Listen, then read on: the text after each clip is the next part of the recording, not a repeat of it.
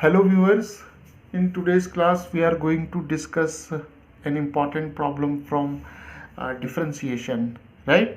So here we have a function that is y is given to be a function of x, and it is cos inverse square root of 1 plus x plus square root of 1 minus x over 2, and here we have to find the second derivative of y with respect to x, right? So this is basically a problem from second order derivatives, and this is a very interesting problem because here we have to make use of a lot of concepts from trigonometry, right? So let us start. Now viewers, in order to find out the second derivative, we have to first find the first derivative of y with respect to x, right? So it means we have to find dy over dx, right? So now in order to differentiate this function y with respect to x, here we are not going to use the direct result for the derivative of cos inverse, right? Because we know that the derivative of cos inverse of x is equal to minus 1 over square root of 1 minus x square, right? So the derivative of cos inverse x with respect to x is minus 1 over square root of 1 minus x square, and here for x we have this term, that is square root of 1 plus x plus square root of 1 minus x over 2, right? So what we will do, we'll try to simplify this expression, right? And in order to simplify this expression, we have to search for some suitable substitution, right? And the suitable substitution here can be x is equal to cos theta, right? So we'll put x equal to cos theta here, and we'll first try to simplify this function using x is equal to cos theta.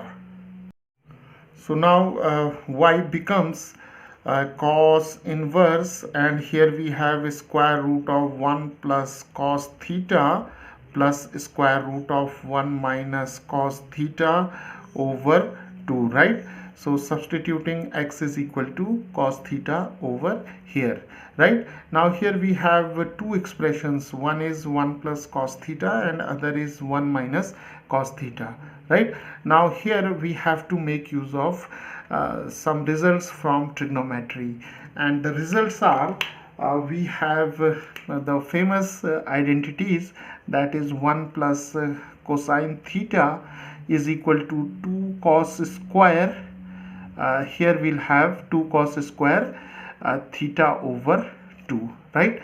And 1 minus cos theta is equal to 2 sine square theta over 2. So these two results would be used here, right? So now y can be written as cos inverse, and here we have a square root of 2 cos square theta over 2, and here we have square root of 2 sine square theta over 2 divided by 2, right?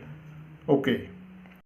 So now we can simplify it further by writing y is equal to cos inverse, and here we have square root of 2 and cos theta over 2, because here we have square and here we have square root, so we'll take cos theta over 2 outside the square root sign. And similar is the case with this term, so we have square root of 2, here we have sine theta over 2 and divided by 2, right?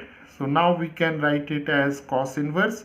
Now we can write this expression as a sum of two expressions, right? So what we will do, we'll write it root 2 over 2. Here we have cos theta over 2, here we have root 2 over 2, and here we have sine theta over 2, right? And now we have square root of 2 over 2 can be written as square root of 2 over 2 multiplied root 2 over root 2, right? So rationalizing it by square root of 2, so we have here 2 over 2 root 2, 2 and 2 get cancelled, so we are left with 1 over square root of 2, right? So now y can be written as cos inverse, and here we have 1 over root 2 cos theta over 2, and this is also 1 over root 2, and here we have sine theta over 2, right? Okay, now we know that 1 over square root of 2 is equal to cos 45 degrees, that is cos pi by 4, and 1 over square root of 2 is also equal to sine pi by 4, right? So sine 45 and cos 45, both these have the same value, that is 1 over square root of 2, right?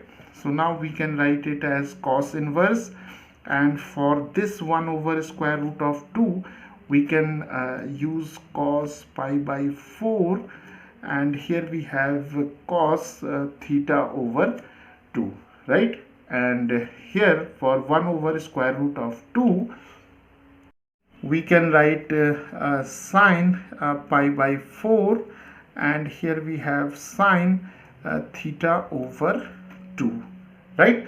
So now here we can see that we have an expression as cos of C. Here we have cos A, cos B, and then we have sine A and sine B, right? So this expression is similar to this one, where we can take A as pi by 4 and B as theta over 2, right? So cos A cos B plus sin A sin B, and we know that the identity for cos A cos B plus sin A sin B is equal to cos of A minus B, right? So cos A minus B is equal to this expression. So now y can be written as cos inverse, and here we have cos of A minus B, right? Okay, so now for A we can write pi by 4, and for B we can write theta over 2. So we have cos inverse, and we have cos of pi by 4 minus theta over 2, right? Okay.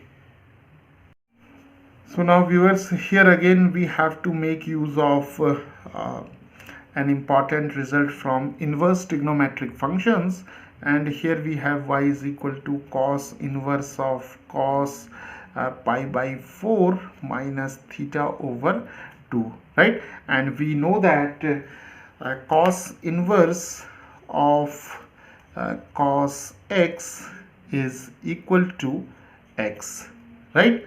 So this result would be used to simplify this one. So we have cos inverse cos pi by 4 minus theta over 2, and for x we have pi by 4 minus theta over 2, right?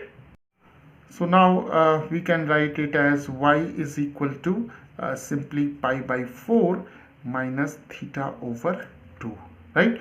So by making this substitution, x is equal to cos of theta, we have simplified this expression, and we have got pi by 4 minus theta over 2, right? And from this result we have theta is equal to cos inverse of x, right? So theta can be written as cos inverse x, and we can substitute it here. So we have pi by 4 minus half cos inverse of x, right? Okay, so viewers, now we can differentiate both sides with respect to x, right? So now dy over dx, which is the derivative of y with respect to x, the derivative of pi by 4 is 0, because this is a constant, and the derivative of a constant is always 0. and here we have minus half and the derivative of cos inverse x, right?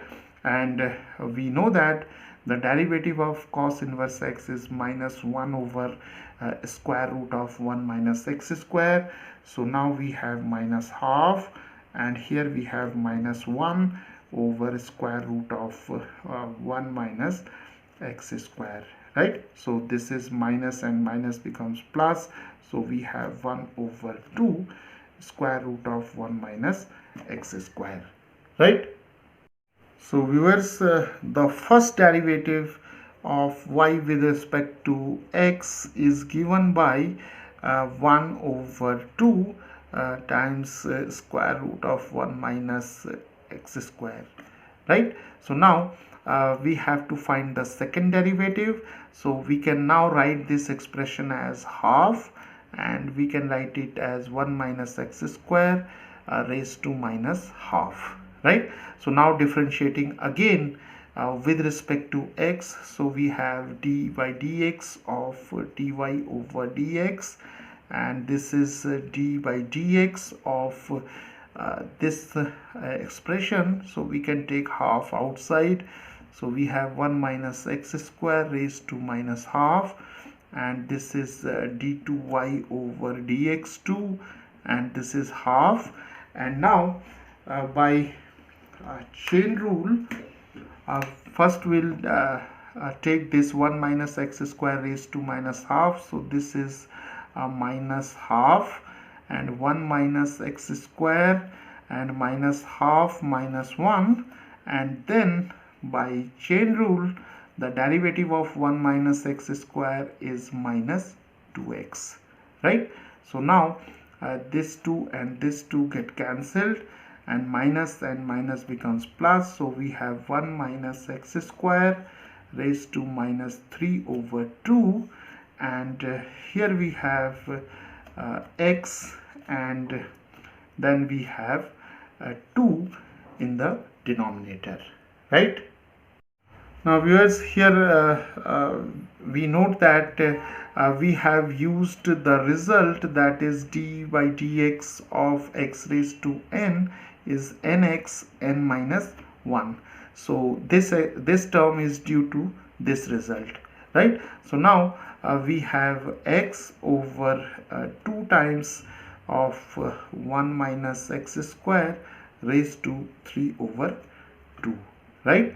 So this is the expression for the second derivative of y with respect to x, right? So viewers, this is how we solve this important problem from differentiation.